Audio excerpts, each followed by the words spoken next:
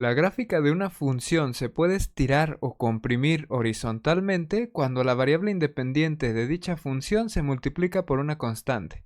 Dependiendo del valor que tome dicha constante, será la naturaleza de la transformación, ya sea que la expandas o que la comprimas. Ahora, nosotros podemos preguntarnos, ¿qué pasa con estas transformaciones cuando se aplica transformado de Fourier? ¿Se conservan o de qué manera se ven modificadas? Pues para responder a dicha interrogante tenemos que encontrar la transformada de Fourier de una función cuya variable independiente ha sido multiplicada por una constante a. Llevando a cabo el cambio de variable y por ax, nosotros no alteraremos los límites de integración, pero sí vamos a tener que agregar un factor 1 entre a fuera de la integral para completar el diferencial.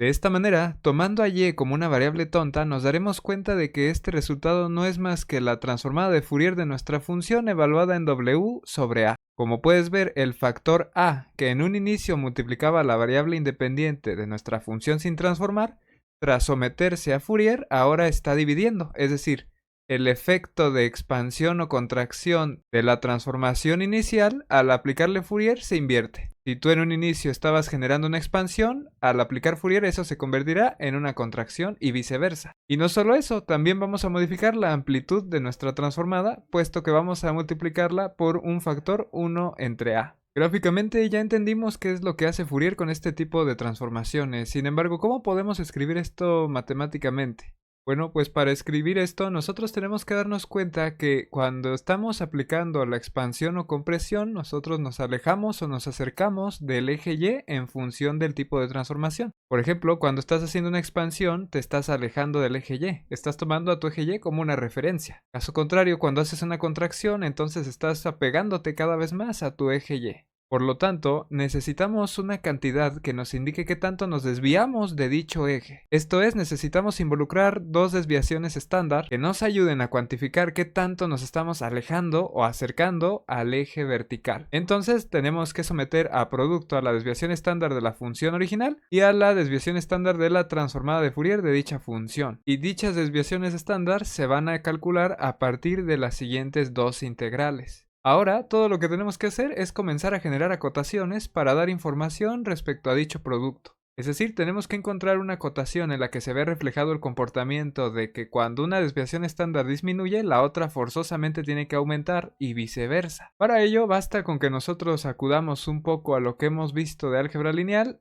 y utilicemos a la desigualdad de Cauchy-Schwarz. Sin embargo, antes de ello, te quiero comentar que podemos hacer este producto un tanto más sencillo. Esa segunda integral respecto de w se puede escribir como una integral respecto de x. Esto por la isometría de la transformada de Fourier. Es decir, la transformada de Fourier es una transformación que conserva la norma o longitud de una función. Es decir, puedes medirla en cualquier dominio sin ninguna alteración en el resultado. Es por este motivo que nosotros podemos conocer la energía de una señal en cualquiera de los dos dominios, puesto que en ambos dominios la señal tendrá la misma energía. Entonces, con W y f de W, nosotros podemos, a partir de la transformada de Fourier de una primera derivada, escribir esto como una integral en términos de x. Esto nos permitirá utilizar la desigualdad de Cauchy-Schwarz. Y tras reacomodar los valores absolutos, nos daremos cuenta de que tanto valor absoluto y cuadrado implica que todo sea estrictamente positivo, por lo que si jugueteamos un poco con el integrando nos daremos cuenta de que en el momento en el que quitamos algún valor absoluto del integrando, entonces permitiremos que la integral tenga pérdidas y por lo tanto que sus valores disminuyan, provocando que la integral sin algunos valores absolutos sea menor que la integral que está repleta de valores absolutos. Ahora, con esa x y esa f' de x nosotros podemos añadir un medio para completar una regla de la cadena que represente la derivada de ese valor absoluto al cuadrado. Hecho esto, ahora utilizamos el método de integración por partes para entonces recordar el hecho de que a Fourier le encantan las funciones que decrecen muy rápido y que tienden a cero en la medida en la que x tiende a más o menos infinito. De modo que este comportamiento al infinito nos permite asegurar que el primer término de la integración por partes va a dar 0, quedándonos una sola integral que puede ser expresada como una norma al cuadrado, y tras elevar al cuadrado otra vez nosotros tendremos una sola norma elevada a la cuarta, y por lo tanto hemos terminado de acotar. Y entonces el producto de nuestras desviaciones estándar siempre va a ser mayor o en un caso especial igual nada que la cuarta potencia de la norma de tu función dividida por 4. Esta desigualdad efectivamente describe el comportamiento que vimos gráficamente, puesto que si una desviación es pequeña, por la división, la otra desviación forzosamente debe de ser grande. En el momento en el que se da la igualdad, el producto se minimiza. Por lo tanto, gráficamente este sería el único caso en el que tendríamos dos curvas simultáneamente angostas,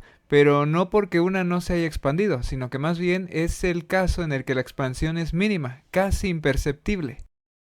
Pero eso solamente va a ocurrir con un solo tipo de función. ¿Cuál es esa función? Bueno, pues para ello tenemos que averiguar exactamente para qué función se da la igualdad en la desigualdad que nosotros encontramos. Y como esta última viene de la desigualdad de Cauchy-Schwarz, debemos de recordar que la igualdad se da cuando uno de los elementos es múltiplo escalar del otro elemento involucrado. En nuestro caso estamos trabajando con funciones, entonces la igualdad se dará cuando una función es múltiplo escalar de otra. En particular, nuestras dos funciones son la primera derivada de la función f y la función f sin derivar multiplicada por x. Para encontrar a la función f que produce la igualdad, necesitamos resolver esta ecuación diferencial ordinaria de primer orden. Es totalmente separable y no te preocupes, ya la hemos visto en videos anteriores. Su solución va a ser una exponencial, pero no cualquier exponencial. Es una muy famosa, puesto que ese x al cuadrado te recuerda a la campana de Gauss. Y para que este sueño se haga realidad, necesitamos que esa constante k en un inicio sea negativa, puesto que de esta manera tendremos la campana de Gauss y por lo tanto las condiciones de existencia de Fourier y demás seguirán estando a la orden del día. En conclusión, la igualdad se dará solamente cuando se trabaja con un tipo especial de función gaussiana. Y ya que estamos hablando de funciones gaussianas, estas nos recuerdan inmediatamente a la probabilidad, puesto que en el momento en el que las identificamos como distribuciones de probabilidad, entonces tenemos dos dominios en los cuales estamos representando una probabilidad. Entonces, la desigualdad que nosotros encontramos nos diría que entre más localizado esté un objeto en un dominio, menos lo estará en el otro, y viceversa. Es decir, tener una muy buena localización en un dominio implica que en el otro ocurra todo lo contrario e incremente nuestra incertidumbre sobre la localización de dicho objeto.